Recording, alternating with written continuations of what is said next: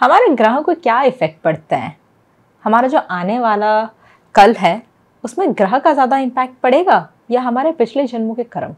और सबसे बड़ी बात, क्या इन चीज़ों को हम कहीं ना कहीं बदल सकते हैं? आई इन सवालों को लेके हम आज बात करने हैं this celebrity astrologer and somebody जो पूरा साइंटिफिक बैकिंग के साथ बात करते हैं। जी हाँ, नमस्कार प्रद्युम्न जी। नमस्ते जी। बहुत अच्छा लगा आपने वक्त निकाला एंड आपने वक्त दिया बात करने के लिए। जैसे कि हम अभी बात कर रहे थे कि हमारे ग्रहों के क्या इफेक्ट पड़ते हैं, हमारा आने वाला कल, हमारे पिछले जन्मों के कर्म। हम अगर पूरे सारों में देखेंगे, इन सारों में आपका क्या कारण था कि एस्ट्रोलॉजी की तरफ इतना इंटरेस्ट लेकर आ गए इतनी कम उम्र में? प्रोफेशनली मैं एक आर्बिट्रेशन लॉयर हूँ।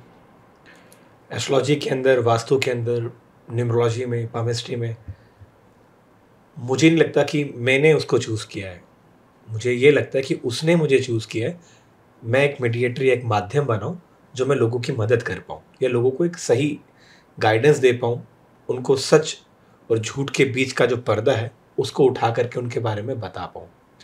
एस्ट्रोलॉजी बेसिकली एक जीने की कला है, एक आर्ट ऑफ लिविंग की तरह है। ये आपको वो सब कुछ बता सकती है जो आप सोच सकते हैं। आपके जीवन के अनसुलझे सवालों के जवाब ये वो विद्या है जो उनको दे सकती है। तो ये विद्या को सीखने के साथ साथ जब आप इसका अध्ययन करते हैं, मैं तो आज तक इसको सीख ही रहा हूँ और पता नहीं अभी आने वाले 15, 20, 25 या जितनी उम्र है उतने तक सीखता ही जाऊँगा। और एस्ट्रोलॉजी इतनी प्रैक्टिकल फॉर्म ऑफ नॉलेज है जो आपके जीवन पे बहुत ज़्यादा एप्लीकेबल भी रहती है। इम्प्लीमेंट कर लोगे तो लाइफ बहुत आसान हो जाएगी। इसलिए एस्ट्रोलॉजी के बारे में सीखना, जानना बहुत ज़रूरी है। जैसे कि आपने बोला कि बहुत ही ज़रूरी चीज़ है, हमारे आने वाले जो टाइम होता है उसको इजी बना देती है। बहुत बार ये होता है कि हमें खुद नहीं पता होता है कि हम क्या कर रहे हैं, हम बोलते हैं कि इसमें ग्रह हमारा कुछ कमज़ोर चल रहा है इसलिए ग्रह पे डाल के बढ़ जाते हैं। आपके हिसाब से कितनी चीज़ें हमारे ग्रह के होते हैं और कितने हमारे अपने विल पावर से होते हैं और कितने हमारे पिछले जन्म के कर्म होते हैं? जो भी आपके पिछले जन्म के कर्म हैं उनको एनालिसिस करके आप एक टाइम पे पैदा होते हो। एक आपकी डेट ऑफ बर्थ है, उसके अकॉर्डिंगली आप एक जगह पर जन्म लेते हो। उसके साथ साथ आप लैंडिट्यूड और लॉन्गिट्यूड को चेक करते हो। ज्योतिष बिल्कुल परफेक्ट थी। ज्योतिष में किसी भी चीज़ की अल्टरेशन की ज़रूरत नहीं थी। ज्योतिष को और सिंप्लीफाई करने के लिए एक नई साइंटिफिक रिसर्च होकर आई, जिसको हम लोग आज के समय पे न्यूमरोलॉजी बोल देते हैं। लैंडिट्यूड लॉन्गिट्यूड के अंदर भी नंबर है, आपके पैर की जूती का भी एक नंबर है। ठीक है, हम सोना कितना ग्राम खरीद रहे हैं, हम कितने बड़े सोफे पे बैठ रहे हैं, हर चीज़ को एक नापने की मशीन आ गई। वो नंबर्स थे जिन्होंने उस चीज़ को नापा। तो एस्ट्रोलॉजी को डिकोड करने की हेल्प, एस्ट्रोलॉजी जो चीज़ है जिसको हमने डिकोड किया, हमने जो हेल्प ली वो नंबर्स की थी। जो हमारे पहले के कर्म है, जब हमारा जन्म होता है उसके अकॉर्डिंगली उसकी प्लैनेट की पोजीशनिंग होती है। जो पोजीशनिंग को हम कहते हैं ये आपका बर्थ चार्ट है। इस समय पे ब्रह्मांड में जो प्लेनेट हैं वो इस पोजीशन पे थे और आपका इस समय पे जन्म हुआ, तो आपके पहले के कर्मा भी उसको पॉजिटिव और नेगेटिव को एनालिसिस करके उस कुंडली में आ गए। कर्म का कभी भी भाग्य से रिलेशन है ही नहीं। अगर कोई व्यक्ति ये कहता है कि मैं बहुत ज़्यादा मेहनत करता हूँ और मुझे लाभ नहीं मिलता, इसका मतलब कहीं ना कहीं वो मेहनत गलत जगह पे कर रहा है। कहीं ना कहीं वो मेहनत उस लेवल की कर ही नहीं रहा है, वो बस बोल रहा है। Just for an example, astrology आपकी प्रैक्टिकल लाइफ में सबसे ज़्यादा मदद करती है। आपको एक शीशा बनकर, एक आईना बनकर मदद करती है। आपको आने वाली चीज़ों के बारे में पूर्ण आभास, सेंसेशन, एक्टिवेशन पहले ही दे देती है कि ये चीज़ आपके जीवन में घटित हो सकती है और घटित होएगी। एस्ट्रोलॉजी प्रिडिक्टेबल है, इसके अंदर प्रोबेबिलिटी की ज़रूरत नहीं है, हो सकता है। अगर आप कम पढ़े लिखे हैं, जस्ट फॉर एग्जांपल, आप किसी व्यक्ति को आपने एमबीए किया है जस्ट फॉर एग्जांपल, और आप 10th क्लास के बच्चे को पढ़ाने की कोशिश करें, तो क्या आप एमबीए वाला ज्ञान उसको दे पाएंगे? उसका ब्रेन अभी वो चीज़ समझ ही नहीं पाएगा। क्या 12th वाला बच्चा नहीं समझ पाएगा? BA first year might be chances उन दोनों से अच्छा समझ पाए। और एमबीए जो आपके साथ लड़का या लड़की पढ़ रहा है, आपसे एक क्लास छोटा है, और आप उसको बोलो ये फॉर्मूला या ये अफर्मेशन या इस चीज़ को ऐसे करके इस चीज़ को आप सेल कर सकते हो, तो वो ज़्यादा अच्छी तरीके से समझ पाएगा। क्यों? क्योंकि वो आपकी वेव लेंथ तक धीरे धीरे पहुँचने की कोशिश कर रहा था और वो पहुँच गया। कुंडली के अकॉर्डिंगली जब किसी भी बच्चे का या किसी भी व्यक्ति का जन्म होता है, कुंडली में 12 खाने होते हैं। 12 ही क्यों होते हैं? क्योंकि जो पूरी पृथ्वी है ये गोल हम एक मान लेते हैं, उसको 12 से डिवाइड करते हैं। 360 को जब आप 12 से डिवाइड करोगे तो 30 डिग्री आ जाता है। इसका मतलब जो कुंडली के अंदर वो 12 खाने हैं, वो एक खाना 30 डिग्री का है। अब कोई आपको ये बोलता है कि आपकी प्लेनेट की पोजीशन खराब है, बुरी है, अच्छी है, या आपका जन्म इस समय पे हुआ है, ये अच्छा नहीं हुआ, इस समय पे होता तो और भी अच्छा हो सकता था। वो आपके हाथ में नहीं है। आपका जन्म हो चुका है। पर आज के समय पे न्यूमरोलॉजिकल पॉइंट ऑफ व्यू से लोग ये आते हैं हमारे पास कि हमें बच्चे की डिलीवरी करानी है, सर जी बच्चे की डिलीवरी करानी है तो किस समय पे करानी चाहिए, उसका अच्छा टाइम बता दीजिए, कौन से नक्षत्र में बच्चे का जन्म हो उस समय का समय बता दीजिए। पर आज के समय पे ये लोग करते हैं। पर अगर आप बच्चे को देखते हैं, बच्चा 9 महीने 18 दिन के बाद जन्म लेता है। 9 ही क्यों है? 4 महीने भी हो सकता है, 5 महीने भी हो सकता है, 8 महीने भी हो सकता है, 10 महीने भी हो सकता है। वो 9 ही क्यों? क्योंकि 9 प्लैनेट्स होते हैं और हर एक प्लैनेट की रेशमी होती है जिसको आप किरण बोलते हैं, एनर्जी बाउंड बोलते हैं। तो बच्चा उन 9 रेशमियों से उत्पन्न होता है। उन 9 जो अलग-अलग रेशमी उस बच्चे के शरीर पर माँ के स्वरूप में, खाने के रूप में, सांस लेने के रूप में, ट्रैवल के रूप में, इमोशंस के रूप में जो बच्चा एब्जॉर्व कर रहा होता है, उसी चीज़ से उस बच्चे का निर्माण होता है। इसलिए आप देखेंगे जो बच्चा 7वें महीने में पैदा होता है, हम उसको भी अच्छा नहीं मानते। कहते हैं बहुत ज़्यादा क्रिटिकल कंडीशन है, हेल्थ की बड़ी प्रॉब्लम आती है। 8वें महीने में होता प्रीमैच्योर है बेबी। प्रीमैच्योर बेबी जिसको कहते हैं। और अगर 9 महीने 18 दिन के बाद होता है तो डॉक्टर क्या कहते हैं, नहीं हमें ऑपरेट करना पड़ेगा। पर एग्जैक्ट टाइम क्या है? 9 महीने 18 दिन। 18 दिन भी क्यों? क्योंकि 9 + 9 18 को आप जोड़ेंगे तो भी तो 9 ही आएगा। तो वो 9 दिन का लॉजिक इसलिए क्योंकि 9 प्लैनेट्स हैं। इसलिए नवग्रहों की इम्पोर्टेंस हमारे जीवन में डायरेक्टली इनडायरेक्टली, आप मानो या ना मानो, हमारे जन्म से लेकर एंड तक बहुत ज़्यादा रहती है। अगर हम इसी चीज़ में बात करेंगे तो कभी-कभी ये कहा जाता है कि बहुत सारे रेमेडीज़ एस्ट्रोलॉजर्स देते हैं कि ग्रह जब आपके कमज़ोर होते हैं ये कर सकते हैं, वो कर सकते हैं। कुछ-कुछ बहुत डिफ़िकल्ट होता है, कुछ-कुछ थोड़े ईज़ी भी हो जाते हैं, सरल होते हैं। जैसे कि कोई हनुमान चालीसा पढ़ लेना, या तो कोई बुद्ध का कोई मंत्र जप लेना, या तो कोई स्टोन पहनना, या कोई पूजा करना। इन हर चीज़ों में क्या-क्या इफ़ेक्ट रहता है? या हर एक का एक करने से क्या हो जाएगा, या सारे के सारे को करना पड़ता है? डिपेंड यहाँ पे 2 चीज़ें करती हैं। अगर किसी व्यक्ति का मंगल कमज़ोर है या मंगल नीच का है, मंगल नीच का कर्क राशि में होता है। जब मंगल नीच का होता है तो उसको बोला जाता है कि आप मंगल का दान करें। मंगल नीच का या व्यक्ति मांगलिक होता है तो उसमें एग्रेसिव नेचर बहुत ज़्यादा होता है। वो हर चीज़ को बहुत अच्छी तरीके से काम को डिलीवर करने की योग्यता रखता है, पर वो काम को डिलीवर नहीं कर पाता। योग्यता है पर वो कर नहीं पा रहा है, इसका मतलब उसका मंगल खराब है। जब मंगल की हम बात करते हैं, ऐसे ही नवग्रह होते हैं जो हमारी लाइफ में, हमारे लाइफ के अलग अलग फेसेस में इंपॉर्टेंस रखते हैं। और जब हम बात रेमेडीज़ की करते हैं कि किसी ने आपको बोला कि हनुमान चालीसा पढ़ लीजिए, हनुमान चालीसा इसलिए वो आपका व्यक्ति बोल रहा है क्योंकि आपके मंगल की पोजीशनिंग बैलेंस नहीं है। उस हनुमान चालीसा को पढ़ने से, उन शब्दों का व्याख्यान करने से, वो जो देवलिपि भाषा के जो शब्द हैं जो आज हिंदी के रूप में हम अपने शरीर की ऊर्जा को एक्टिवेट कर रहे हैं, तो वो एक्टिवेशन जब होता है तो हमारे बॉडी के एलिमेंट्स को, उन बॉडी की फ्रिक्शंस को, उन बॉडी की एनर्जीज को, उन बॉडी के तंत्र को एक्टिवेट करता है, जिससे वो मंगल का नेगेटिव इम्पैक्ट हमारे शरीर से दूर चला जाता है। इसीलिए हमें हनुमान चालीसा पढ़ना किसके लिए बोला जाता है? अगर आपके किसी भी संकट मोचन हनुमान चालीसा पढ़ना या बजरंग बाण पढ़ना, आप बिल्कुल कोशिश करें कि रोज सुबह उठ के हनुमान चालीसा का चाहे बिना नहाए धोए पाठ कर लो, पर एक बार ज़रूर कर लो। आपका दिन अपने आप शुभ चला जाएगा। आपको कुछ नया एक्सपेरिमेंट करने की ज़रूरत नहीं है। आप इसको 20 दिन करके देख लो, आपके पास इंस्टेंट रिजल्ट आ जाएंगे लाइफ में। क्योंकि जब भी आप सुबह उठते हैं, आज के समय पे हम उठते हैं और हम सीधा धरती पे पैर रखते हैं। पर हमारा सनातन तो ये भी बताता है कि आप सबसे पहले उठ के देखा करो कि आपकी कौन सी नाड़ी चल रही है, चंद्र नाड़ी चल रही है या सूर्य नाड़ी चल रही है। अगर आप सूर्य नाड़ी के साथ उठकर पहला राइट पैर अपनी जमीन पर रखते हैं तो आज का दिन आपका शुभ है। अब इसका मतलब ये तो नहीं ना कि आप लेफ्ट पैर रखेंगे तो आपका दिन अशुभ हो जाएगा।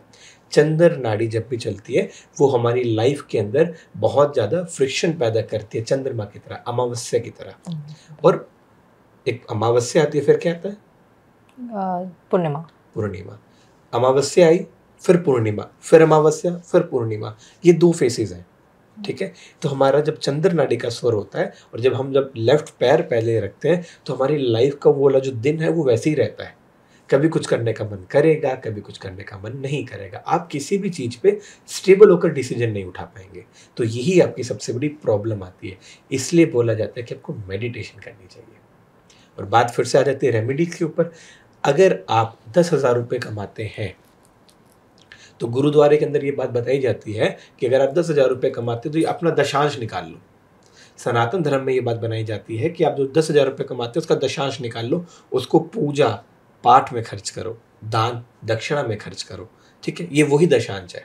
बात करें तो हम रेमेडीज़ के ऊपर। रेमेडीज़ के अंदर अगर हम एक दुनिया के बहुत अच्छे पावरफुल आदमी की बात करते हैं, उस व्यक्ति की कुंडली के अंदर बुध खराब था, जिस व्यक्ति की भी एक शादी हुई, बहुत भव्य रूप में शादी करी, सारी सेलिब्रिटीज़ आए, नाच गाना हुआ, बहुत अच्छा फंक्शन रहा, पर बुध खराब था। तो वो डायरेक्टली इनडायरेक्टली अपने पूरे एपिसोड के अंदर एक बात देखी थी, वो लोग जानवरों की सेवा बहुत कर रहे थे और जानवर के अंदर विशेष रूप से हाथी के रूप की सेवा कर रहे थे। गजानंद की सेवा, गणेश जी का पूजन ज़्यादा होता है। क्यों? क्योंकि बुध उससे रिलेट करता है। बुध उससे रिलेट करता है तो उससे व्यक्ति की लाइफ में स्टेबिलिटी आती है।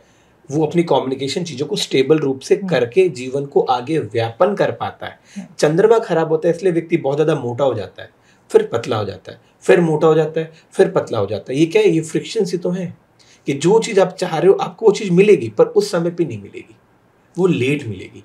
इसलिए चंद्रमा जिस भी व्यक्ति का खराब है, आप देखोगे वो व्यक्ति दिमाग से बहुत ज़्यादा कमज़ोर हो जाता है, इमोशनल हो जाता है, सेंस लेने की भावना कम रखता है। उसने सोचा कि सामने वाले व्यक्ति ने जो कहा वो बिल्कुल ठीक है।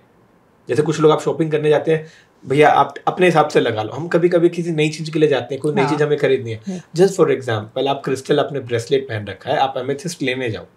एमेथिस्ट बाजार के अंदर 300 रुपये से लेके 30,000 रुपये तक आते हैं। पर आप उस सुनार के पास, उस एस्ट्रोलॉजर के पास, उस जेमस्टोन की शॉप पे, क्रिस्टल की शॉप पे आके क्या बोलते हो?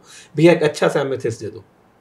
वो आपको क्या बोलते हैं? मैडम 3,000 रुपये का कॉस्ट करेगा। भैया बढ़िया है ना, ये बढ़िया है ना, बढ़िया है। सर्टिफिकेशन क्या है? आप सर्टिफिकेशन मांगते हो, भैया सर्टिफिकेशन ऑथेंटिसिटी, 20 रुपये का सर्टिफिकेशन प्रिंट होता है। क्या सर्टिफिकेशन है? ठीक है, वो आपको नकली भी दे दे तो आप कैसे उसको जज करा दोगे? पर वो ओरिजिनल एमेथिस्ट है। हम यहाँ पे विश्वास पे चलते हैं कि उसने दिया है ना, वो बिल्कुल ठीक ही होगा। तो पूजा के अंदर भी सबसे संपूर्ण चीज है विश्वास। इसीलिए हमारे सनातन के अंदर विश्वास की सबसे ज्यादा महत्व है। जैसे कि आपने एक पॉइंट पे बोला कि सूर्य और चंद्र का बहुत इफेक्ट पड़ता है, कि जिसका चंद्र वीक होता है उसका माइंड पे फ्लक्चुएशन होता है। हम देखेंगे कि ये वेस्टर्न एस्ट्रोलॉजी में भी बहुत मानते हैं एंड इंडियन एस्ट्रोलॉजी में भी, कि जब फुल मून पूर्णिमा होता है या अमावस्या होता है, इंसान का एनर्जी लेवल थोड़ा ऊपर नीचे होता रहता है। इस चीज़ में आपको क्या लग रहा है कि ये सच में होता है या बॉडीली चेंजेस होते हैं, इसको बैलेंस कैसे करना चाहिए? ये 100% होता है। जब भी पूर्णिमा आती है, जिस भी व्यक्ति का चंद्रमा खराब होता है, पूर्णिमा के समय पे चंद्रमा को ठीक करने का एक दिव्य उपाय है। उपाय समझो या आप इसको एक साइंटिफिक भाषा के अंदर समझने की कोशिश करो। चंद्रमा गवर्न करता है चंद्रमा से, जिसको हम देख सकते हैं। चंद्रमा रिलेट करता है पानी से, चंद्रमा रिलेट करती है आपकी मदर की हेल्थ से, चंद्रमा रिलेट करता है आपके ब्रेन के लेफ्ट साइड के पार्ट से, चंद्रमा रिलेट करता है आपके इमोशन से। अब ये जिस भी व्यक्ति की खराब है उन सबका चंद्रमा खराब है। अगर आपकी डिसीजन मेकिंग पावर नहीं है, चंद्रमा खराब है। अगर आप अपने डिसीजन में कंफ्यूज हो रहे हैं, चंद्रमा खराब है। उसको ठीक करने के लिए कुछ नहीं करना, सिंपल सी एक रेमेडी होती है। जब भी पूर्णिमा होती है, पूर्णिमा के दिन 2 बाल्टी पानी भर के छत पे रख दो या ऐसी जगह पे रख दो जहाँ पे चंद्रमा की रोशनी उस पानी पे आ जाए, और अगले दिन उस पानी से आप नहाना शुरू कर दीजिए लगातार 3 दिन। आप देखेंगे अगले ही महीने पूर्णिमा से पहले आपके डिसीजन में स्टेबिलिटी, आपको वो पानी जो है ना, वो पानी चार्ज हो गया चंद्रमा के रेशमियों से, तो वो ओरिजिनल हीलिंग प्रोसेस में चल रहा है। और आप उसी पानी को जब बॉडी पे स्नान करते हैं, नहाते हैं, आप ठीक हो जाते हैं। क्रिस्टल्स भी चार्ज करते हैं, क्रिस्टल्स भी लोग चार्ज करते हैं। मेडिटेशन बहुत ज्यादा करते हैं, ध्यान साधना बहुत रहती है पूर्णिमा में। पूर्णिमा के अंदर कहते हैं पूर्णिमा के दिन जितना ज्यादा आप शिव को ध्याने की कोशिश करते हैं, शिव में होने की कोशिश करते हैं। प्रद्युम्न जी, आपने जैसे कि बोला कि पूर्णिमा में ऐसा होता है, मैं खुद पूर्णिमा में पैदा हुई हूँ, बहुत से लोग होते हैं कि वो पैदा जब होने का होता है उनका बच्चे का डिलीवरी थोड़ा टाइम ऊपर नीचे करने की कोशिश करते हैं, कि कुछ लोग होते हैं कि अमावस्या में पैदा नहीं करना चाहते हैं या कुछ। आपको क्या लगता है कि इन सारे जो डेज के इफेक्ट पड़ते हैं वो भी बच्चे पे पड़ता है, या उसको आज के टाइम पे जैसे वो लोग चेंज कर रहे हैं या 5-6 दिन ऊपर नीचे करके, कभी कभी शनिवार को पैदा नहीं करना चाहते हैं, सोमवार को पैदा कर देते हैं, इसका क्या इफेक्ट पड़ता है? पहली बात, नहीं करना चाहिए ऐसा।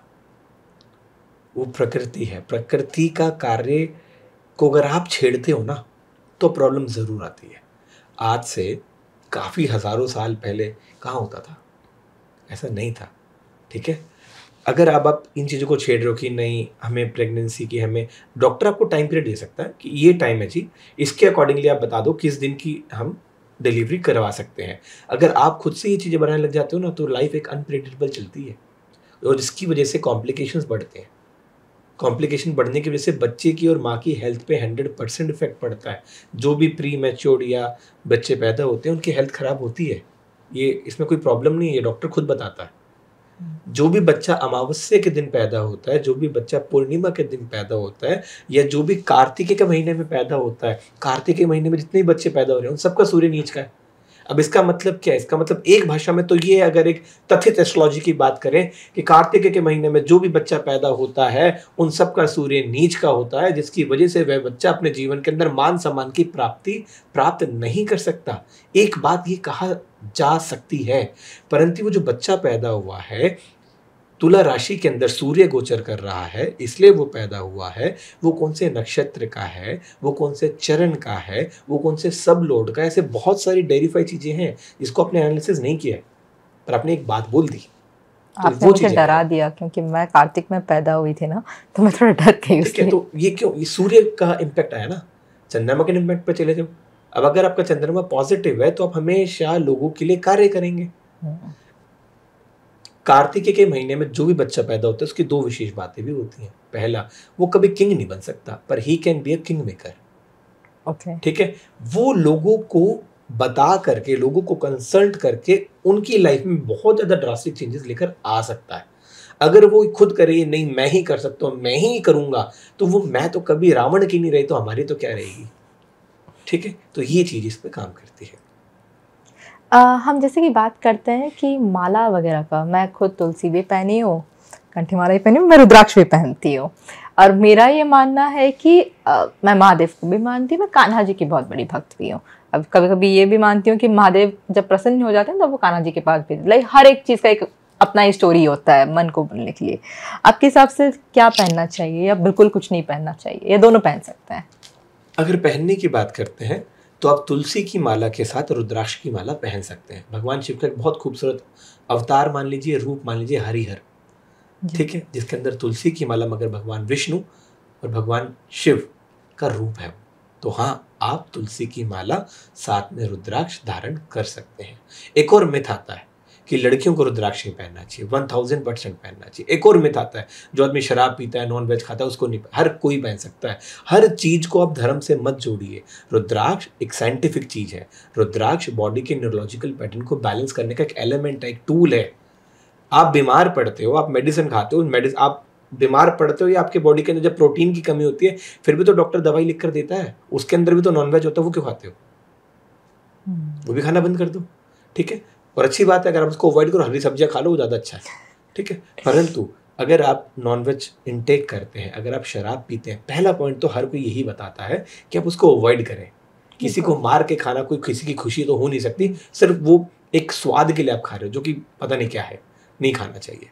परंतु अगर आप फिर भी बोलते हैं क्या हम रुद्राक्ष पहन सकते हैं, तो हाँ, रुद्राक्ष आप पहन सकते हैं। रुद्राक्ष पहनने में कोई प्रॉब्लम नहीं है, परंतु भगवान शिव को अगर हम उसी से, उस एलिमेंट से जोड़ते हैं, ठीक है, तो हम ये बात बोलते हैं। एक पुराण में इस बात का वर्णन भी है, मैं आपको वो पूरा स्लॉट और बुक भी दे दूंगा जिसके अंदर ये बात बताई गई है कि हाँ, एक समय के अंदर भगवान शिव के पास किसी ने कुछ ऐसी चीज़ चढ़ाई थी, तो भगवान शिव ने उस चीज़ को भी ग्रहण कर लिया था। ठीक है, तो परंतु साइंटिफिक बात यह है, लॉजिकल बात यह है, रुद्राक्ष हर कोई पहन सकता है, चाहे वो लड़का हो, लड़की हो, किसी भी उम्र का हो, किसी भी व्यक्तित्व का हो, कोई भी काम करता हो, कोई काम ना करता हो, हेल्थ खराब हो, हेल्थ खराब ना हो, रुद्राक्ष आपके बॉडी के अंदर एक संबंध, एक एक इतना खूबसूरत एनर्जी पैदा करता है जिससे आपकी बॉडी 24/7 एनर्जेटिक रहती है। और यहाँ पे अलग अलग रुद्राक्ष हैं। आप लक्ष्मी रुद्राक्ष पहनते हैं तो वो आपकी लाइफ के अंदर ऑब्स्टिकल्स को कम करता है। अगर आप 3 मुखी रुद्राक्ष पहनते हैं, बच्चों को पहनना चाहिए, लाइफ के अंदर नई अपॉर्चुनिटीज़ को लेकर आता है, काम को एक अच्छे एग्जीक्यूशन की तरफ लेके जाता है। अलग अलग रुद्राक्ष का अलग अलग इम्पैक्ट होता है। हम तिलक के बारे में बोलेंगे क्योंकि आपने भी तिलक लगाया एंड मैं भी नॉर्मली लगाती हूँ, बट कहीं ना कहीं सनातन धर्म में आजकल अगर हम देखा जाएगा तो बहुत से लोगों को तिलक नहीं लगाते हैं। एक टाइम था जब सब लगाते थे, मैंने खुद देखा मेरे फैमिली में सब लगाते थे, अब बहुत कम लोग लगाते हैं। वो भी एक सोशली हो जाता है कि हम तिलक लगा के कैसे जाएंगे। तिलक का फिर क्या साइंटिफिक लॉजिक होता है एंड तिलक लगाने कहाँ लगाया जाता है? नॉर्मली हम थर्ड आई पे आज्ञा चक्र पे आज्ञा चक्र पे क्यों लगाया जाता है? क्योंकि ये चीज एक्टिव रहे, सेंसेशंस आपको रहे, जीवन में होने वाली चीजों के बारे में आपको आभास ढंग से रहे। तिलक कौन सा लगाना चाहिए? जो व्यक्ति सुबह उठकर केसर का टीका लगाता है, जो हम लोग कैसे हैं, जुपिटर की रेमेडी भी है, माथे पे नाभि पर केसर का टीका लगाइए, उससे आपका दिन बहुत अच्छा बनता है। आपकी लाइफ में एक नई ग्रोथ, नई पॉजिटिविटी हमेशा रहती है। पर सब लगा सकते हैं, सब लगा सकते हैं। हाँ। ठीक है। दूसरा, लाल रंग के कुमकुम का टीका फॉर्चून के साथ साथ ये किसी शुभता की निशानी है कि कोई एक मंगल कार्य आपके जीवन में होने जा रहा है, इसलिए दिवाली पर या कोई मंगल कार्य होता है तो हम लाल रंग का टीका, आपकी दुकान की ओपनिंग है तो पंडित जी केसर का टीका नहीं लगाते, वो लाल कुमकुम का टीका लगाते हैं। लगाना चाहिए, अच्छा है, उसमें कोई प्रॉब्लम नहीं है। ऐसे ऐसे अलग अलग ग्रहों का होता है। जिस व्यक्ति का शुक्र खराब है, वीनस को एनहांस करने के लिए सबसे पहले तो अपनी वाइफ को रिस्पेक्ट दो, आपके लाइफ पार्टनर को इज्जत दो। शादी नहीं हुई होगी तो भी कोई ना कोई व्यक्ति तो आपकी लाइफ में ऐसा होता है जिसके लिए आप बहुत ज्यादा केयरिंग रहते हैं। अच्छा। परंतु वो आपकी केयरिंग, आप हमेशा ये सोचते हैं कि वो ही मुझे केयर करे, मैं उसकी केयरिंग ना करूं। अगर आपकी शादी हुई है तो आपका वीनस आपकी वाइफ है। अगर आपकी शादी नहीं हुई है तो आपके कॉन्टेक्ट में जितने भी फीमेल्स हैं, जितनी भी फीमेल्स हैं, माँ और बहन को छोड़कर, वो सब आपका फीमेल है। और तो वो सारे के सारे आपके वीनस से भी रिप्रेजेंट किए जा सकते हैं। आपकी वीनस का कभी रिप्रेजेंटेशन वाइफ से भी नहीं था। अगर वो और ज्यादा डीपली बात करते हैं ना, वीनस आपकी लाइफ की वो फीलिंग्स है जो आप दूसरे वाले व्यक्ति के प्रति रखते हैं। चाहे वो लड़का लड़के मतलब भाई भाई के रूप में रखे, बहन बहन के रूप में रखे, हस्बैंड वाइफ रखे, वो जो फीलिंग्स है ना, उनको वीनस है, जिसको हम सॉफ्ट वीनस बोलते हैं। अगर आप चाहे अनचाहे अपना सॉफ्ट वीनस खराब करते हैं, किसी को ठेस पहुंचाते हैं, किसी की ईगो को ठेस पहुंचाते हैं, तो आप अपना ग्रह खराब कर रहे हैं। तो उस वीनस को स्टेबल करने के लिए पहला, सबको रिस्पेक्ट दें। एस्ट्रोलॉजिकल रेमेडी आती है कि माथे के ऊपर आपको दही का टीका लगाना चाहिए। अगली रेमेडी आती है कि आपको वीनस माउंट के ऊपर दही लगाना चाहिए। अगली रेमेडी आती है कि लाल रंग के पेन से राइट साइड की वीनस माउंट के ऊपर स्वास्तिक बना लेना चाहिए। अगली रेमेडी आती है कि यहाँ पे इत्तर लगा लेना चाहिए। ये सारी वो रेमेडी है जिसके अंदर आपका कोई रुपये का खर्चा नहीं है। अब आ जाओ खर्चों पे। ठीक है, कुछ लोग कहते हैं डायमंड्स पहन लेना चाहिए, पर हर किसी को डायमंड सूट नहीं करता है। हाँ। और खर्चे पे आ जाओ, कोई कहता है वीनस है, ठीक है, आप कन्या पूजन कराइए। फ्राइडे के दिन घर के अंदर कन्या को बुला करके उसको भोजन कराइए। अपने घर में, जिस भी घर में बेटी है ना, और वो आदमी या उस घर के परिवार के सदस्य उस बेटी के पैर छूते हैं, उसके घर में 9 के 9 ग्रह ठीक रहते हैं। कहीं जाने की, कुछ करने की जरूरत नहीं है, सिंपली ये रेमेडी कर लो। घर में बेटी है, उसके पैर छू, वो लक्ष्मी के रूप में साक्षात बड़े सौभाग्य से मिलती है घर में बेटी। ठीक है, तो वो बेटी की कदर करो। इक्वलिटी बेटी और बेटे में हमेशा रखो। ये सारी छोटी छोटी चीज़ें करके आप अपनी लाइफ को इजी, बेटर बना सकते हैं। रिसेंटली मैं आपको बताता हूँ बहुत इंटरेस्टिंग बात। मेरे क्लाइंट है बॉम्बे के, ठीक है, वो दुबई शिफ्ट हो गए, तो बहुत अच्छे लेवल पे हैं, मतलब करोड़ों रुपए हैं उनके पास। परंतु उनकी कुंडली देख करके आप कह नहीं सकते कि इस व्यक्ति की ये कुंडली है जो करोड़ों रुपया कमा रहा है, क्योंकि अष्टम भाव के 2-3 ग्रह और 12वें भाव से कॉम्बिनेशन बना देते हैं, तो व्यक्ति को विदेश तो भेज देते हैं पर बहुत सारे कर्जों के साथ भेज देते हैं। ठीक है, और उस व्यक्ति ने ना अपने ग्रहों को बैलेंस कर रखा है। अब ग्रह बैलेंस कैसे होते हैं? आपकी कुंडली कितनी भी खराब हो, आपकी न्यूमरोलॉजी कितनी भी खराब हो, आपके हाथ में एक भी लाइन ना हो, तो भी आप अपनी कुंडली के सारे ग्रहों को ठीक कर सकते हैं। आपको नहीं पता किस समय जन्म हुआ है, आपको नहीं पता किस टाइम पर आपका बर्थ हुआ, आपको डेट ऑफ बर्थ आपके माता पिता को नहीं पता, तब भी आप 9 ग्रहों को ठीक कर सकते हैं। उसका सबसे बड़ा पहला सूर्य, मतलब अपनी ईगो को साइड में रखे। चंद्रमा, अपने से छोटे फीमेल स्टाफ को तमीज से बात करे। बुध, सब लोगों के लिए इक्वलिटी रखे, सब लोगों से सम्मान प्रिय रहे। राहु, जो आपके वहाँ पे ऑफिस में या घर में जो कम्बोर्ड साफ करते हैं, वाइपर से कोई भी काम करते हैं, पोछा लगाते हैं, उनको सम्मान करें। बच्चों में इक्वलिटी रखें, केतु बैलेंस होता है। वाइफ को इज्जत दें, वीनस बैलेंस होता है। वो एक एक छोटी छोटी चीज़ें डायरेक्टली इनडायरेक्टली आपकी लाइफ के शनि को ठीक कर देती है। भाई से रिश्तों को सुधार लीजिए, मंगल ठीक हो जाएगा। कुछ करने की ज़रूरत नहीं है, सिंपल सी चीज़ है, परंतु सिंपल सिटी और सिंपल चीज़ें लोगों को पसंद नहीं आती। शनि जो लाइक प्लैनेट होते हैं, उन्हें बोला जाता है कि वो न्याय के प्लैनेट होते हैं। वो आपके कर्म के फल देते हैं। मैंने देखा है कुछ लोगों के शनि 7.5 जब चलती रहती है तो उनके साथ बहुत अच्छा भी हुआ है, कुछ लोगों के साथ बुरा भी हुआ है। मेरे शनि 7.5 जब चल रही थी मेरे साथ अच्छा हुआ है, पर मैंने देखा है लोगों के साथ बुरा भी हुआ है। तो ये बहुत कॉन्फ्लिक्टिंग हो जाता है। तो शनि 7.5 शनि क्या करता है, वो क्या शनि की 7.5, शनि का ढैया, शनि की प्रत्यंतर दशा, शनि की सूक्ष्म प्रत्यंतर दशा। शनि का कोई भी टाइम पीरियड आता है, ये गोचर के अंदर शनि एक्टिवेट होता है। ये साल भी तो शनि का है 2024, 8 नंबर आता है, सिंबल ऑफ इन्फिनिटी। जो चाहते हो वो मिलता है, पर चाहना तो शुरू करो ढंग से। पहला पॉइंट, ठीक है। दूसरा पॉइंट, शनि क्या रिप्रेजेंट कर रहा है? शनि न्याय को रिप्रेजेंट कर रहा है।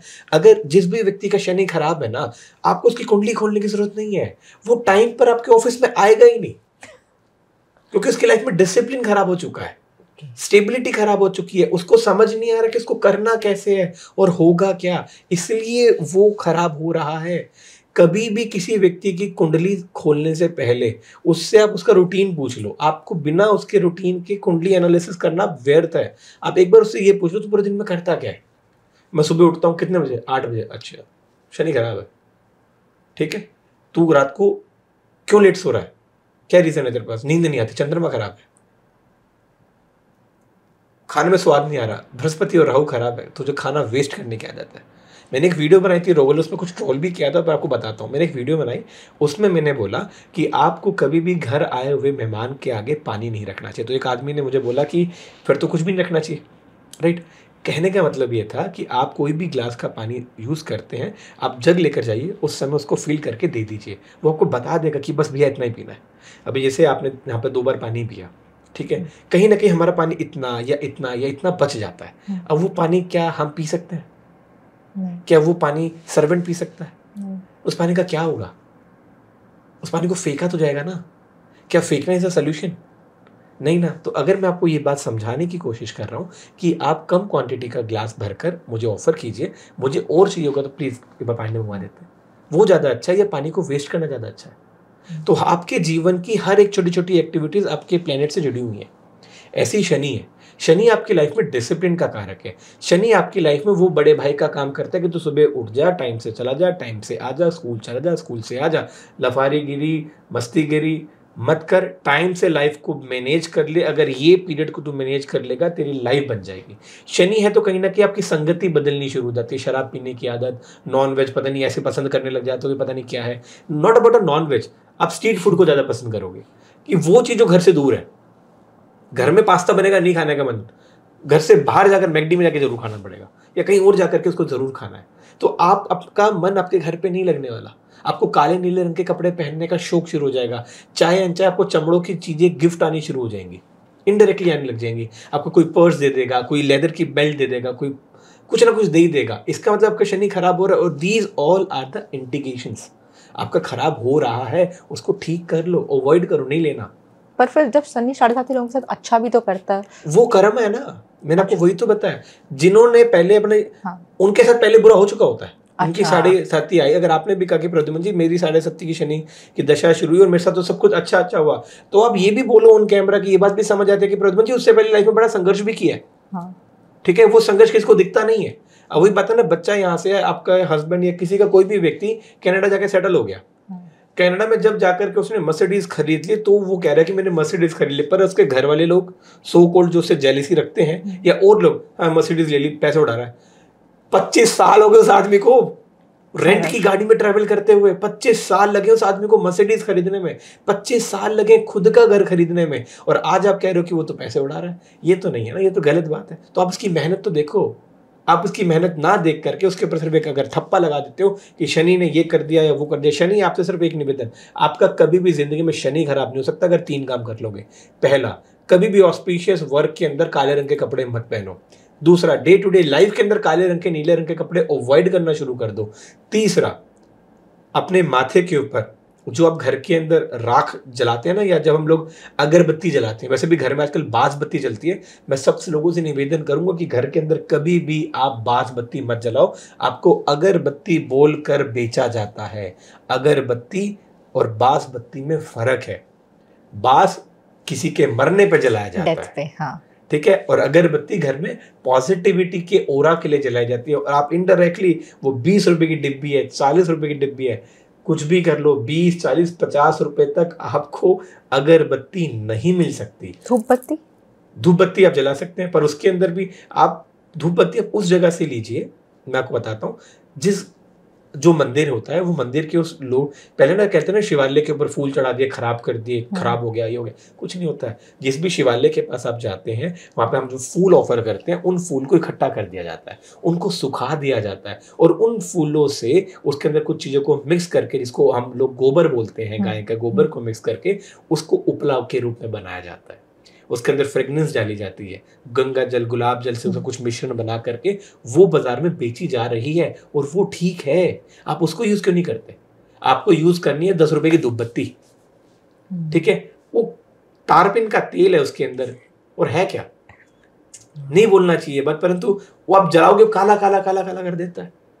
आप अगर कुछ नहीं कर सकते ना घर के अंदर, अगर आपको लगता है एक सिंपल रिचुअल, सिंपल रेमेडी की घर में पॉजिटिविटी आए, अच्छा लगे, घर का माहौल, कुछ ना करना पड़े, एक पान का पत्ता लो, उसको तोड़ दो, उसके 4 टुकड़े करके एक के ऊपर एक रखो, उस पर थोड़ा सा कपूर रख के उसको जला दो, पूरे घर में क्लॉकवाइज उसको घुमा दो, हर एक कोने में घुमा दो। आपके घर में वैसी बहुत पॉजिटिविटी आप महसूस करोगे। 5 दिन करके देख लो, रिजल्ट आपके सामने। पर वही बात है ना, सस्ती चीजें क्यों करें?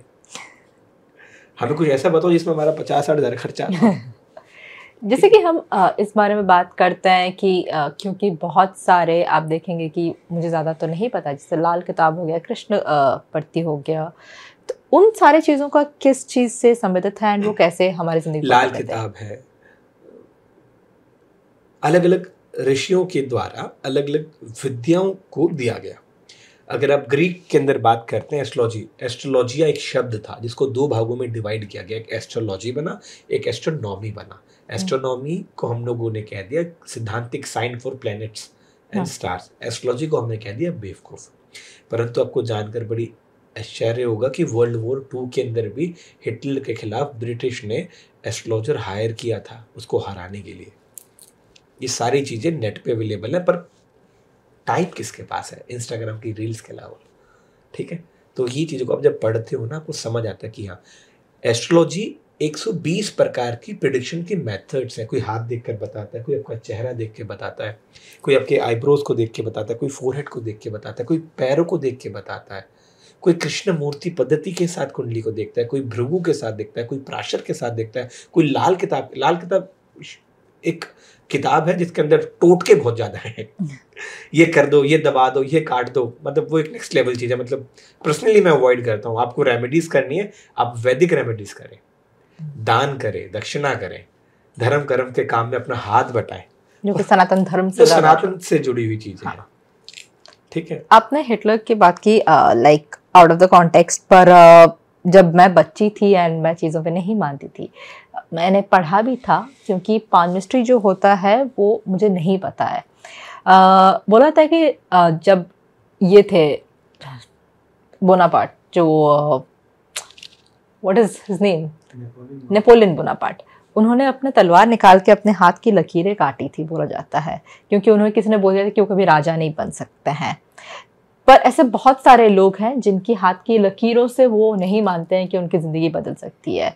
कभी कभी ये भी होता है कि इन सारे चीज़ों से ऊपर एक भगवान बैठा है। उस चीज़ के बारे में आपका क्या कहना है?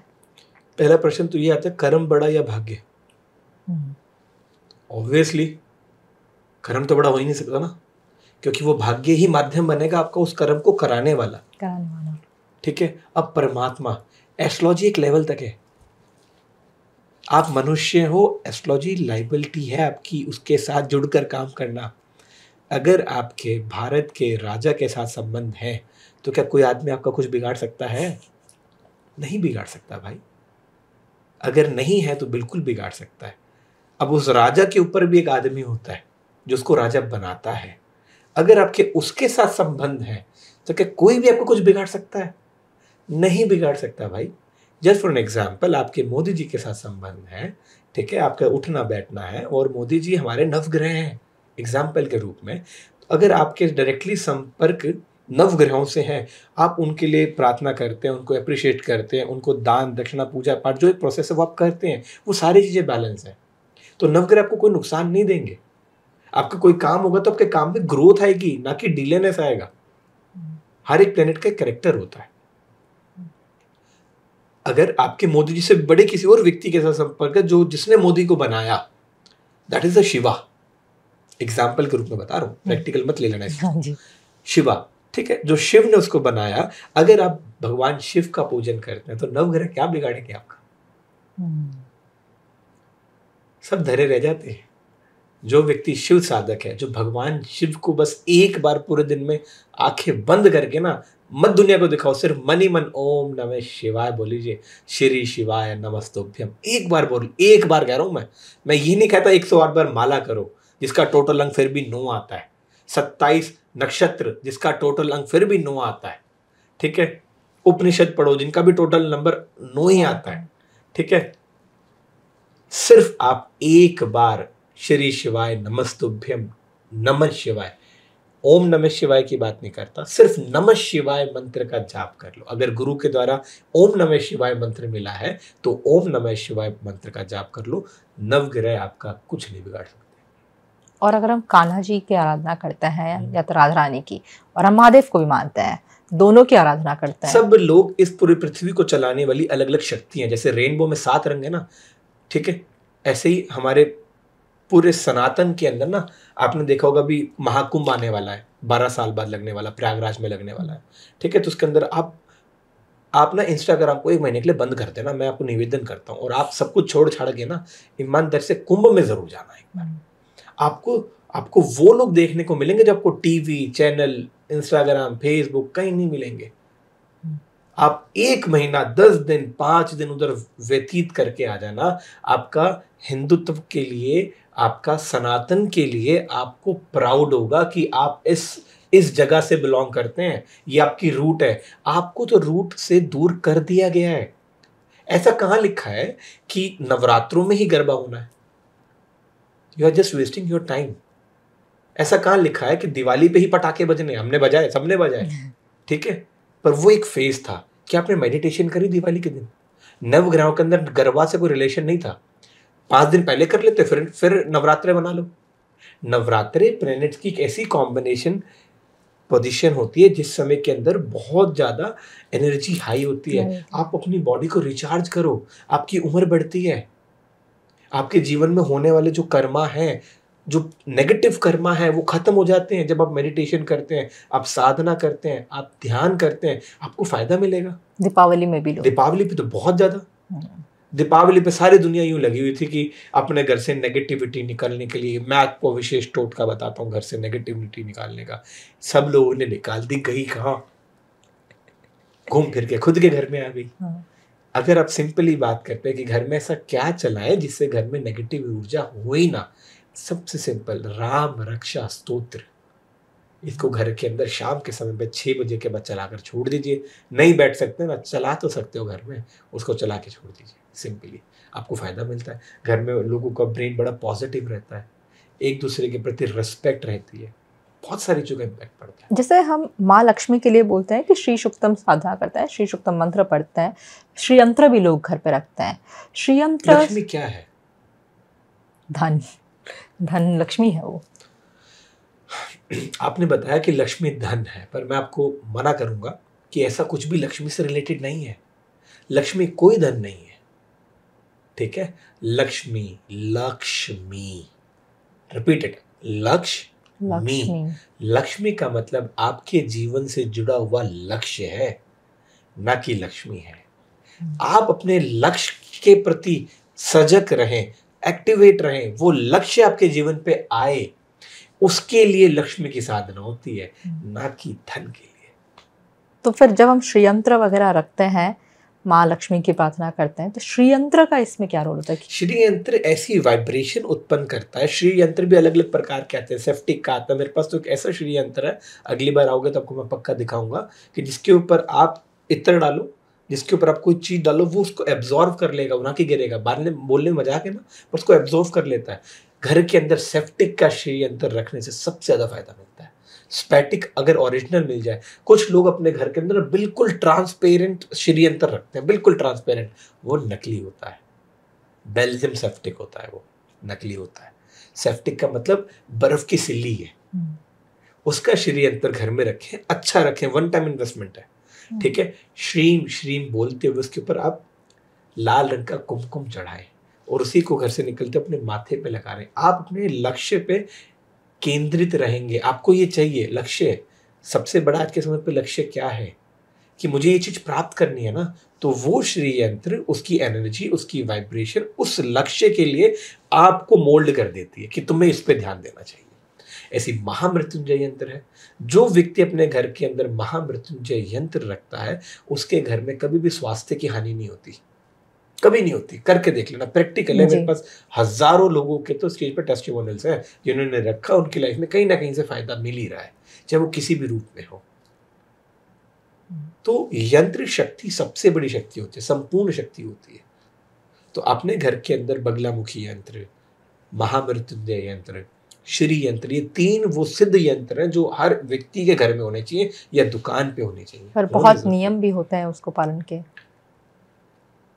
नियम किस चीज के नियम पे बात करना चाहोगे आप?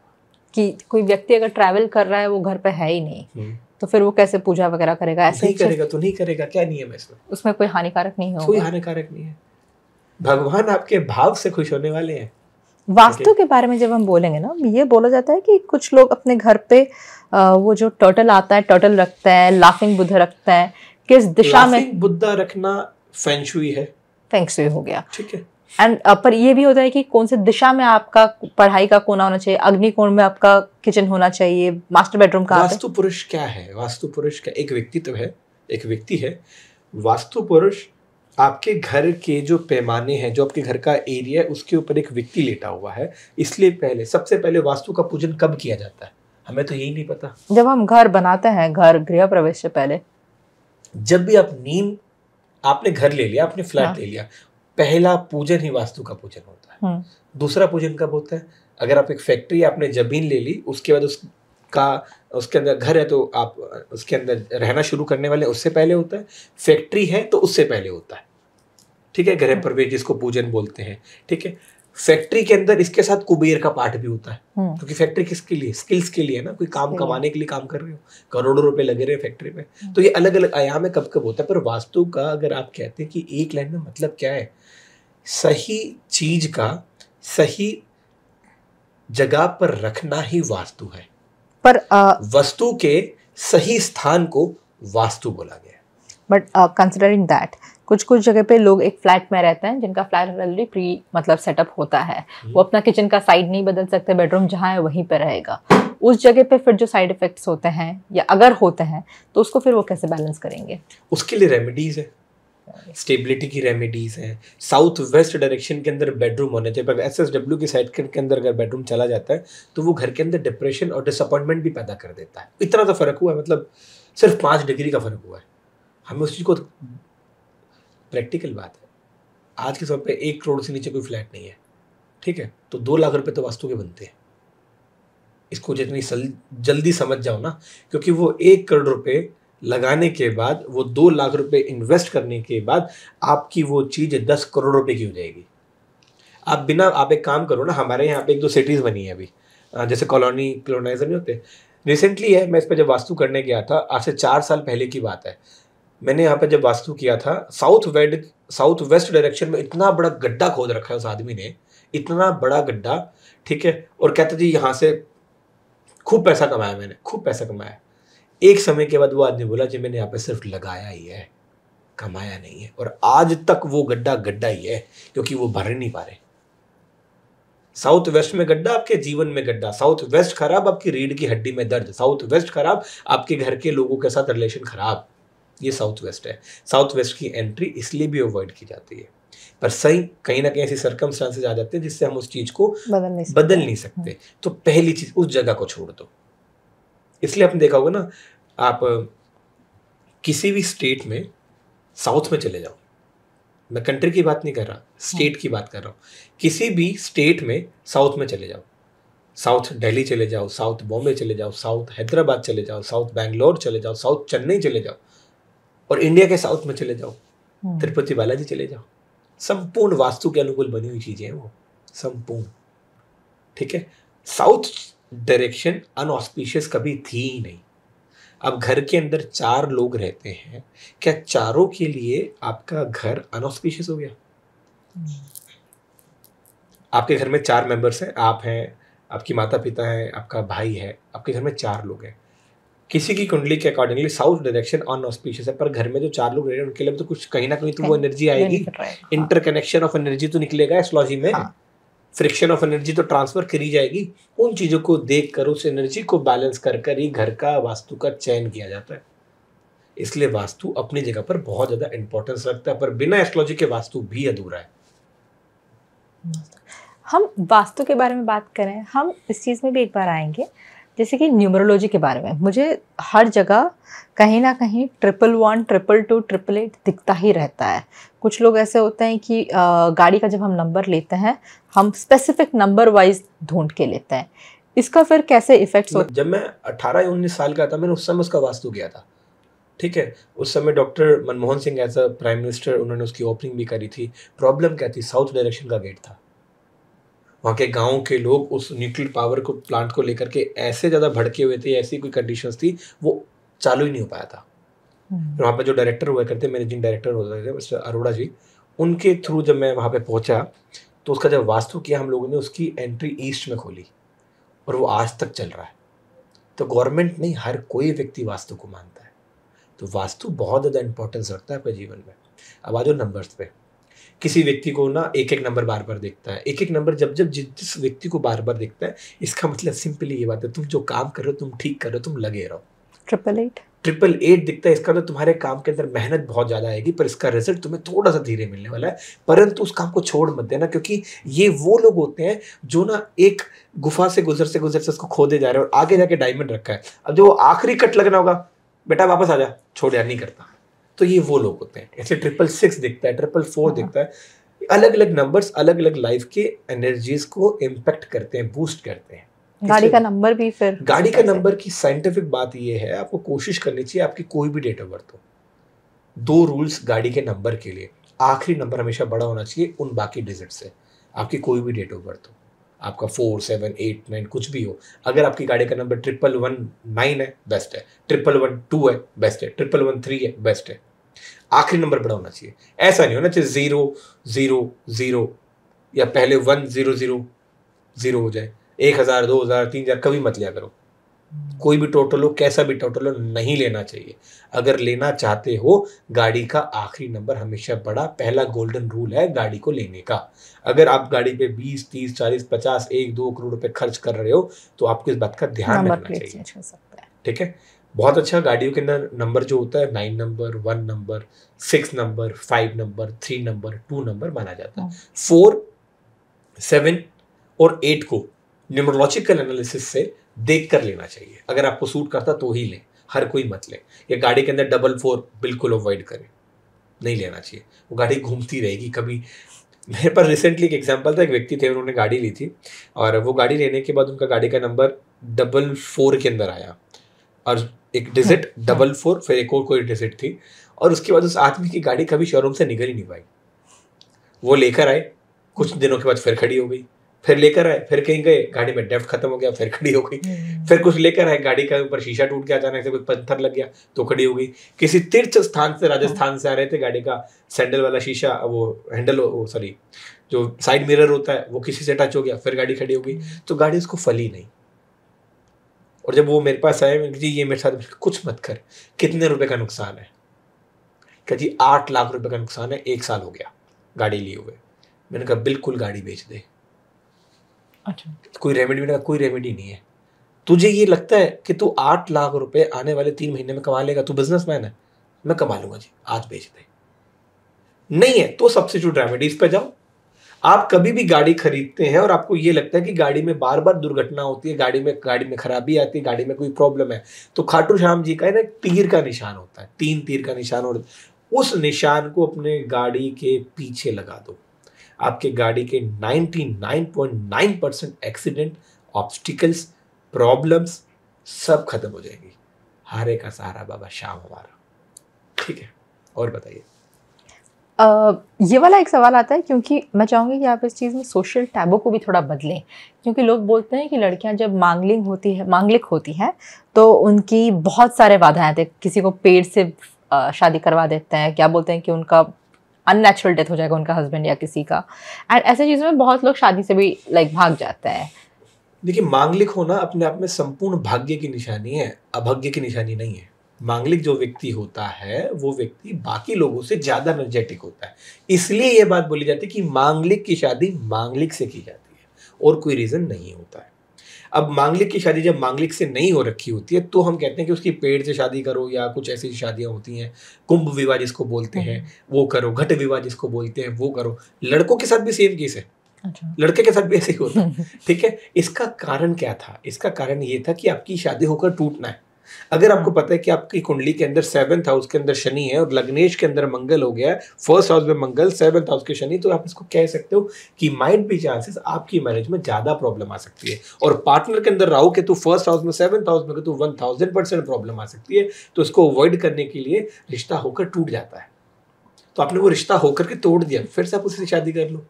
ये कहाँ लिखा है कि दूसरी शादी करो? अच्छा, उसी को अपने डिसॉल्व करके रीमैरिज कर लो। डिसॉल्व भी क्या करना, पेपर में लिख के भेज दो, भाई तू तेरे घर में मेरे घर। ठीक है, और ये खुद की म्यूचुअल अंडरस्टैंडिंग है कि हाँ वो हो गया, और 4-5 दिन के बाद फिर से आ जाओ। आपकी वो स्टार्स का कर्म तो था ना कि वो टूटना है, तो वो टूटा, आप उसको बदल नहीं सकते। अब हम लोग गले में गौरी शंकर पहनते हैं, ठीक है, लोग मेरे से पूछते हैं कि जैसे ये गौरी शंकर रुद्राक्ष है, ये गौरी शंकर रुद्राक्ष है, ये लक्ष्मी रुद्राक्ष है। तो गौरी शंकर, लक्ष्मी रुद्राक्ष और ये पूरी एक मुखी की माला है। अच्छा, ठीक है, क्यों पहननी चाहिए? रुद्राक्ष हर कोई पहन सकता है, कोई इसका लॉजिक नहीं, मैंने आपको बताया, अच्छी बात है, पहनना चाहिए। ठीक है, गौरी शंकर रिलेशनशिप को स्टेबल करने के लिए पहना जाता है। Relationship towards your client and a business partner, relationship between you and your wife, relationship with me and your friend, मतलब कोई भी रिलेशनशिप, मतलब रिलेशनशिप। गौरी शंकर माँ भगवान शिव और माँ गौरी के रूप में पहना हुआ एक रुद्राक्ष जो आपके रिश्तों को सही रखे। अब वो रिश्ता आपका किसी के साथ भी तो हो सकता है ना, is it not about a husband and wife. जिस व्यक्ति का 7वां भाव खराब होता है, जो बिजनेस करने की टेंडेंसी रखता है, उसको रेमेडी बता देते, गौरी शंकर पहन ले।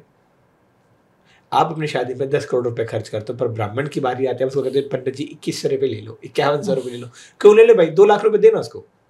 वो जो मंत्र की शक्ति है, वो जो आपको दिख नहीं रही है, आपने सिर्फ एक शादी के रूप में ब्राह्मण को बुला रखा है, ऐसा नहीं होता है। मंत्र शक्ति बहुत जागृत शक्ति, मंत्र जो व्यक्ति के मन से भी पार चला जाए, दैट इज अ मंत्र। तंत्र जो व्यक्ति के तन के ऊपर विजय प्राप्त करे, दैट इज अ तंत्र शक्ति। यंत्र जिसके अंदर स्वयं कोई रूप में देवी या देवता वास करता है, इसलिए घर के अंदर यंत्र रखा जाता है। आप तंत्र शक्ति, मंत्र शक्ति की बात किए, आप बहुत ज़्यादा जाते हैं, हमने देखा है कि माँ बगलामुखी के पास, कामाख्या भी बहुत प्रसिद्ध है माँ कामाख्या का, एंड कई दिनों से मेरे को बहुत ज़्यादा काल भैरव प्रभु जो भगवान है उनके प्रति बहुत ज़्यादा लगाव है, एंड माना था कि वो तंत्र के रूप में उन्हें पूजा किया जाता है। तंत्र के उस रूप में अगर हम देखेंगे तो फिर क्या इफेक्ट्स होते हैं, पॉजिटिव इफेक्ट्स भी क्या होते हैं? सबसे पहले तो आपको ये समझना पड़ेगा साधना कैसे होती है। अगर आप साधना नहीं कर सकते, कथित बातों पे ये भूत दिख गया था, ये जादू टोना हो गया था, कोई ऑल रविश, सॉरी टू से, ठीक है, आप उसके बेस पे जाओ। सबसे पहले तंत्र कोई नेगेटिव चीज नहीं है, तंत्र एक पॉजिटिव चीज है। तंत्र मतलब जो व्यक्ति खुद के तंत्र पे, खुद के शरीर पे विजय प्राप्त कर चुका है, कर रहा है, दैट इज अ तंत्र। तंत्र बेसिकली एक ऐसा विज्ञान है जो कि मनुष्य के दिमाग से कोसों दूर है। पर आज के समय पे तंत्र को सिर्फ ये दिखाया जाता है जादू टोना मूवीज में, अलग अलग जगहों पर। ऐसा नहीं है। तंत्र एक ऐसी साइंस है, एक ऐसी विद्या है, एक ऐसी कॉस्मिक एनर्जी है जो व्यक्ति के शरीर पे विजय प्राप्त करने का कार्य करती है। आप बीमार ना पड़ो, आप एक साधक हो, दैट इज अ तंत्र। जो आपके तन के ऊपर विजय प्राप्त कर ले, एक सुरक्षा कवच आपका बना दे, दैट इज अ तंत्र। इसी चीज को तंत्र बोला गया। और मंत्र ओम नमः शिवाय, नमः शिवाय, नमः शिवाय, नमः शिवाय, नमः शिवाय, आप एक गति में सांस के साथ नमः शिवाय, नमः शिवाय, नमः शिवाय का जब जाप करते हैं या किसी भी मंत्र का जाप करते हैं, वो आपके मन की गति से इतना दूर जा चुका है कि अब आप उसके अंदर विलीन हो चुके हैं। दैट इज अ मंत्र। मंत्र साधना, तंत्र साधना, यंत्र साधना। किसी भी देवता को, किसी भी देवी को आप अगर पूजना चाहते हैं, आपके घर के अंदर लक्ष्मी रहे, इसलिए लक्ष्मी यंत्र रखा जाता है। घर में किसी प्रकार का वास्तु दोष, नेगेटिव एनर्जी, किसी प्रकार की एनर्जी का इंटरमिट या नेगेटिव एनर्जी घर में ना हो, इसीलिए महामृत्युंजय यंत्र पंच धातु का आता है, वो रखा जाता है। अलग अलग चीजों का इम्पैक्ट अलग अलग चीजों पर ही पड़ता है। अगर आप यूं बोलो कि अगर आप भिंडी की सब्जी खा करके अगर रसगुल्ले का स्वाद लेना चाहते हो तो वो नहीं मिल सकता। वो अलग चीज है, वो अलग चीज है। इसलिए तंत्र गलत नहीं है ना था, पर हाँ चल रहा है, लोग चला रहे हैं तो अलग बात है। आप मुझे कुछ ऐसे स्टोरीज बता सकते हैं, एक दो, जहाँ पे आपने देखा होगा बहुत सारे पर्सनालिटीज होते हैं जिनकी हॉरोस्कोप में लोग बोलते हैं कि इनके हॉरोस्कोप में ही राजयोग था। आपने कुछ ऐसा कभी एक्सपीरियंस किया है कि जिनके हॉरोस्कोप देख के आपको लगा कि कितना अच्छा हॉरोस्कोप है, एंड आपने देखा कि वो आगे जाके भी या तो उनका हॉरोस्कोप बहुत बुरा आया है आपके पास एंड आपने कुछ रेमेडीज या कुछ करके या मंत्र या किसी रूट में जाके उनका भाग्य में कुछ सुधार आया होगा? देखो, सबसे पहली बात, भाग्य में सुधार कुछ नहीं होता, ठीक है। दूसरी बात, जो आदमी शिव की साधना करता है, बगलामुखी की साधना करता है, उसका कोई आदमी कुछ बिगाड़ भी नहीं सकता। और तीसरी बात, मैंने बहुत लोगों के हॉरोस्कोप की स्टडी करी है, लगभग भी मतलब अगर काउंट की बात करूं तो लाखों हो चुके होंगे, ठीक है। एक दिन में 10 से 15 हॉरोस्कोप हम स्टडी करते हैं और उनमें से कुछ इंटरेस्टिंग होते हैं जिस पे काम करने का मन करता है। कुछ लोग, हमारी लव मैरिज नहीं हो रही है, हमारा ये नहीं हो रहा, यार तेरी अभी उम्र पढ़ने की, तो पढ़ाई पे ध्यान दे लेना, क्या है चीज़ों, क्या रेमेडी करनी है चीज़ों की। हस्बैंड वाइफ का रिश्ता खराब है, उसको एस्ट्रोलॉजर का सबसे पहला काम होता है कि रिश्तों को सुधारना। हस्बैंड वाइफ का रिश्ता खराब है तो कुछ तो प्रॉब्लम होगी। वो 3 प्रॉब्लम हो सकती है। अगर आपकी आपके हस्बैंड से या आपके हस्बैंड की अगर आपसे नहीं बन रही, इसका मतलब कुछ तो गैप आ चुका है ना, जिस गैप की वजह से आपका स्पार्क उस व्यक्ति को नहीं मिल रहा या उसका स्पार्क आपसे मैच नहीं कर रहा। कॉन्फ्लिक्ट्स आ रहे हैं हमारी बातचीत में, हमारे लाइफस्टाइल के अंदर। ऐसा क्या था कि शुरुआत के 1 महीने में या लव मैरिज से पहले तो यार तेरे मेरी बहुत अच्छी जोड़ी थी और उसके बाद आती ही प्रॉब्लम। तो that is a part of a negative, जिसको बोलते हैं नजर लगना, टोक लगना। ये वो चीजें होती है कि इन दोनों का रिश्ता इतना, ओहो इतना अच्छा, ये टोक लगनी होती है, ठीक है। नहीं, ब्लेसिंग में है, बहुत अच्छा परमात्मा तुम्हें बहुत कृपा करे, ये भी तो ब्लेसिंग्स दी है ना, ठीक है। अच्छा तू गाड़ी ले आया, ये टोक है, उस आदमी से बच लेना चाहिए। अच्छा घर बना रहा है, तेरे से तो उधार नहीं ले रहा भाई, मैं बना रहा हूं ना, वो टोक है। इन चीजों से बचने के लिए आपको अपना सुरक्षा कवच बनाना चाहिए, जिसके लिए व्यक्ति को बताया जाता है मंत्र की साधना करनी चाहिए। अब कौन सा मंत्र? अभी आप कुछ नहीं करते तो पहले शुरुआत में मंत्र आप नमः शिवाय मंत्र का जाप करें। सिंपल है, हर कोई कर सकता है। अगर आपको लगता है आपके कारोबार में, आपके घर में बहुत ज्यादा टोक लगती है, ठीक है, तो आपको हनुमान चालीसा या संकट मोचन या बजरंग बाण सुन लेना चाहिए लगातार एक ही समय पे। अगर आज आप 11 बजे सुन रहे हो ना, लगातार 3 दिन 11 बजे सुन लो, ये सारी चीजें ठीक हो जाएंगी। अच्छा। करके तो देखो। पर वही बात है ना, फ्री की चीजें पसंद नहीं आती, ठीक है। ये बोलते हैं कि महीने के शुरुआत में, इस बार तो मैंने भी किया है, देखते हैं कि आप अगर सिनेमन जो होती है, दालचीनी को पाउडर करके आप अपने घर के एंट्री को, मैंने ही बताई थी, ठीक है, आप ही के वीडियो में था, तो वो क्या होता है, उसका इफेक्ट्स क्या होता है? हमारी घर की जो किचन होती है ना, वो पूरी मेडिकल है। अगर आपको भगवान न करे किसी को गैस्ट्रिक प्रॉब्लम है, 2 चीजें हैं, दवाई खा ले, दूसरा कुछ मत खा, तीसरा इनो खा ले, या चौथा क्या होता है, थोड़ा सा सेंधा नमक ले लो, थोड़ी सी जीरा ले लो, उसको कूट के खा लो, 15 मिनट में ठीक हो जाओगे।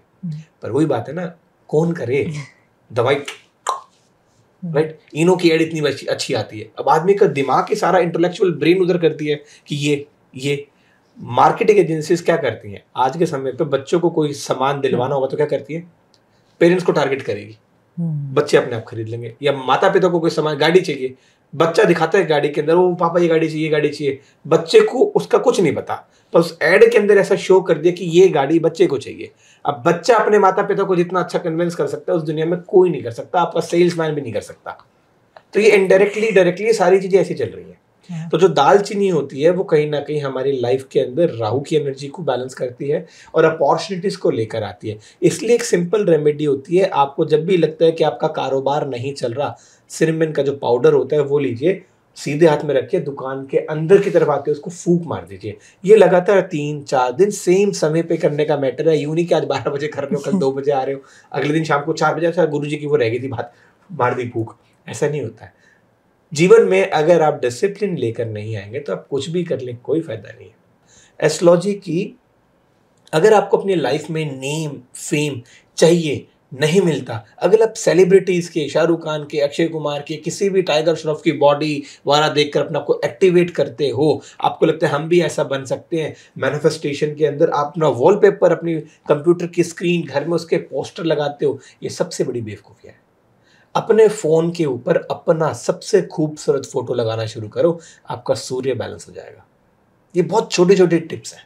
भगवान के भी तो रख सकते हैं, भगवान के लगा सकते हैं, क्यों लगा सकते हैं, लगाओ। कि जिस भी देवता से आपको ब्लेसिंग्स चाहिए उसका लगाओ, कोई प्रॉब्लम नहीं। पर हम इसके अंदर फिर एक लॉजिक डाल देते हैं, क्या हम बाथरूम में फोन लेके जा रहे हैं, हम लोग किचन में हाथ धोते हुए, पर वो साइकोलॉजिकल खेलता है आदमी। इसलिए सिंपली अपनी सबसे खूबसूरत फोटो लगाओ। जिस लड़की से तुम प्यार करते हो, जिस लड़की के बारे में तुम सोचते हो, जो तुम्हारी वाइफ है, अगर शुक्र को एनहांस करना है उसका वॉलपेपर लगाओ, अपने साथ लगाओ। बुध ठीक करना है, अपने बच्चे का वॉलपेपर लगाओ। अगर आपका कम्युनिकेशन स्किल नहीं है अच्छा, अगर आप देखते हैं कि आपको कहीं जाना है, बुध कम्युनिकेशन का कारक है एस्ट्रोलॉजी के अंदर। बुध जो प्लेनेट है वो कम्युनिकेशन का है, मतलब आप कहीं जाएं, सामने वाला व्यक्ति आपकी बात सुने, तो वो नॉर्मली बात में देखते हैं एस्ट्रोलॉजी में वो केतु और बुध को रिप्रेजेंट करता है। इसलिए बोलते हैं बच्चों की मदद लो, ठीक है। अगर आपको अपना आधिपत्य सेट करना है, कहीं आप जाओ लोग आपकी बात सुने, तो अपने वॉलपेपर पे माउंट्स की फोटो लगाओ, अलग अलग फोटोज, अलग अलग चीजों को।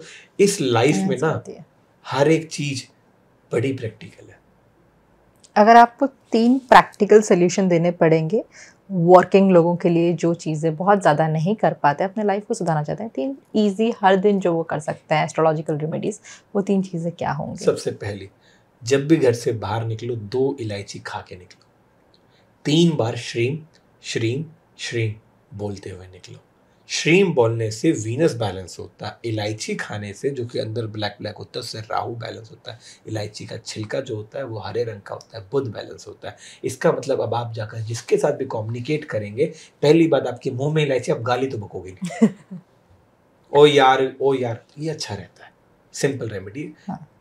अच्छा, दूसरा, जब भी घर से बाहर निकले अपनी 1 सेकंड का चेक कर लिया कौन सी वेवलेंथ या कौन सी आपकी नाड़ी चल रही है। अगर जब सूर्य नाड़ी एक्टिवेट है, जब भी घर से बाहर निकले, आपका दिन अच्छा हो जाएगा। जिस काम के लिए जा रहे हो वो काम बहुत अच्छा पॉजिटिवली हो जाएगा। हाँ। तीसरा, अपनी जेब में अगर आप टीचर है तो येलो रंग का रुमाल रखें, अगर आप मार्केटिंग का काम करते हैं तो हरे रंग का रुमाल रखें, अगर आप एडमिनिस्ट्रेशन का काम करते हैं तो पीले और लाल रंग का रुमाल रखें, अगर आप लॉयर हैं आपको वाइट रंग का रुमाल रखना चाहिए। तो ये जो कलर्स होते हैं ये हमारी लाइफ में बड़ा इम्पैक्ट डालते हैं उनके होने से ही। जस्ट फॉर एग्जाम्पल, ये जब आप उनसे मांगो जिनके घर के अंदर पिता नहीं होता ना, वो घर कैसा होता है, और ये जब आप उनसे मांगो जिनके घर में पिता होता है पर वो बेड पे होता है, पर घर में कहा जाता है एक बड़ा है। तो लाइफ के अंदर हर एक छोटी छोटी चीजें आपकी लाइफ को बहुत ज्यादा इंपॉर्टेंस देने के लिए, बढ़ाने के लिए काफी हैं। तो आपको लाइफ के अंदर वो सारी छोटी छोटी चीजों का ध्यान रखना चाहिए। एक सिंपल सी बात बता देता हूँ, रील का कंटेनर निकाल लेना। ठीक है, ये बिल्कुल कट मत करना। ठीक है, एक सिंपल सी बात बता देता हूँ, अगर आपका घर का कोई बच्चा, आप, आपके माता-पिता अगर अचानक से उनके स्वभाव में कुछ बदलाव आ रहा है, वो चिड़चिड़े हो रहे हैं, वो बीमार हो रहे हैं, उनका काम नहीं बन रहा है, उनके कामों में दिक्कतें आ रही हैं, इसका मतलब आपको एस्ट्रोलॉजर को कंसल्ट कर लेना चाहिए, क्योंकि इनडायरेक्टली, डायरेक्टली उनकी महादशा, उनकी प्रत्यंतर दशा, उनकी सूक्ष्म दशा में कुछ बदलाव आ चुके हैं, जो वो भाव के अंदर प्रकट कर रहे हैं। अगर आप समझदार हो, आप उसका इलाज करा लो। जैसे पेट दर्द होता है, डॉक्टर के पास जाते हो ना, ऐसी एस्ट्रोलॉजी है। जाओ, बात करो, सही के पास जाओगे तो सही गाइडेंस मिल जाएगी, नहीं तो कोई हाथ में नग दे देगा। ठीक है। कभी हाथों की लकीरों से ज़िंदगी बनती है, तो कभी मन में जो ठान लिया उससे आप ज़िंदगी बदल भी देते हैं। कुछ चीज़ों को मानना चाहिए, कुछ चीज़ों को एक बार कोशिश तो करनी चाहिए। आप ज़रूर बताइएगा इस पूरे एंटायर कन्वर्सेशन में आपने किन किन चीज़ों को एक्सपेरिमेंट किया, किन किन चीज़ों से आपको ज़िंदगी में बहुत ज़्यादा लाभ हुआ है। एंड कभी कभी चीज़ें लाभ में नहीं देखा जाता है, शायद कुछ बुरा होने वाला होता है, वो थोड़ा कम में चला जाता है, ये मेरे पापा बोलते हैं। एंड मैं इन सारे चीज़ों को मान के कहीं ना कहीं थोड़ा बहुत, ज़्यादा तो नहीं बोलूँगी, पर थोड़ा बहुत एस्ट्रोलॉजी पे ज़रूर मानती हूँ। बट अगर आपका कोई सवाल है तो आप भूलिएगा नहीं प्रद्युम्न जी से इंस्टाग्राम पे जाके पूछने को। I am sure he will answer you. Thank you so much.